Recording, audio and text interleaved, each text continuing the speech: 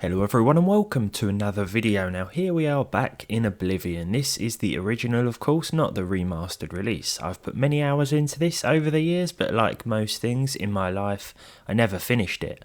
It's going to be a great pleasure to finally do so with the re-release, which is more like a remake than a remaster.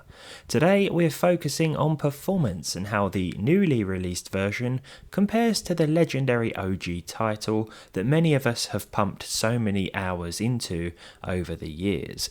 The first thing to do is compare the max settings on my fairly modest modern gaming PC, which features an i5-12400F and RTX 4060. Cranking all the options up to their respective highest at 1080p here, albeit sacrificing the nostalgic bloom lighting for 8x anti-aliasing, gives us a solid 300 FPS average in default DX9 mode. We can also run Oblivion with DXVK, a Vulkan override, which will increase the average and 1% low, but won't completely rid the game of frame drops and stutters. In fact, there are a few more issues overall. It's not perfect on modern hardware, as expected. Old games and modern systems don't always play nicely. Considering its age though, I think Oblivion still looks pretty good, but maybe I'm a little biased because of the happy memories associated with this brilliant game. Let's switch to the remaster then and see how performance compares at the respective maximum settings. Will we hit anywhere near 300 FPS that the original can offer? Well, I mean, we're getting a tenth of the performance, or to put it less optimistically, a 90% reduction in average FPS. More so, in fact. But, just like the original, there are still performance hiccups and random stutters. It's like we've come full circle. This is of course running on Unreal Engine 5, so again I expected a few problems. Plus I've completely maxed it out, which is not advisable on the 4060. If this graphics card had a mouth, it would be screaming at me. Also, say bye-bye to your precious VRAM. 8 gigs gone in seconds. We do have hardware ray tracing enabled as well, so I'll turn that off, defaulting things to software RT. This will help a little bit. There's about a 5 to 6 FPS increase, I reckon. I love how everything is still in the same place. The mud crabs and wolves that spawned along my preferred route to the city are still where I've always known them to be, ready to jump out and attack me without warning. I hope there's still weird glitches and bugs as well. Is it even Oblivion without randomly occurring NPC oddities? Okay, so while we won't be hitting the same level of performance as the original, and expectedly so, we can still hit at least 60 FPS with this modern entry-level config. I don't really like to use the term when referring to a 4060, but it is at the bottom of the 40 series hierarchy. Anyway, there are a couple of options for 60 FPS at 1080p. The first is the medium preset with DLAA, TAA or TSR is also available, but this looks the best in my opinion.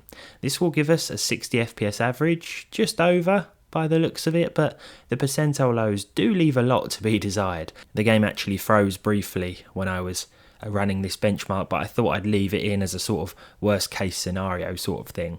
As a side note as well, I hope we get an optional classic colour toggle or something. It looks good, but I miss the vibrancy of the original. Maybe I'll just turn the saturation way up on my monitor. I've actually been playing at the high settings with DLSS enabled and set to quality. There are also XeSS and FSR options too, which is nice. I haven't enabled any DLSS overrides, this is the default in-game option. With DLSS quality and the high preset then we are getting at least 70 frames per second with acceptable percentile lows. Still a few dips here and there, but I think this is more game related than CPU related, and although I did see the occasional spike in CPU utilization up towards 70 to 80%, this seems to be a pretty well matched hardware combo here, even at 1920 by 1080. I then wondered how the game would look and run at the lowest settings. Perhaps this was enough to hit performance similar to what was on offer in the original.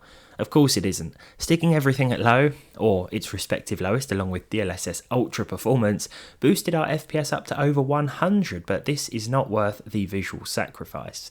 This was out of pure curiosity in fact. I mean, if you need to play like this because of hardware limitations or whatever, then yeah, these aren't the worst lowest settings I've ever seen, not by a long shot. In fact, there's something very nostalgic about the water quality, for example. There are also DLSS and FSR frame gen options available too for those of you interested, but I'm not really a fan, especially in cases where the base frame rate dips below 60 like it does here. It doesn't feel that good on the eyeballs either, in my opinion. But there we are, Oblivion, the original and the remaster. A performance comparison, if you will, loosely. Anyway, I'm just excited that we've got an Oblivion remake, and I'll be playing a lot of this over the weekend. I think I'll have some more graphics card and hardware tests too, but as for this one, thank you for watching. Leave your thoughts down below. Let me know how it runs on your system as well, and hopefully I'll see you all in the next one.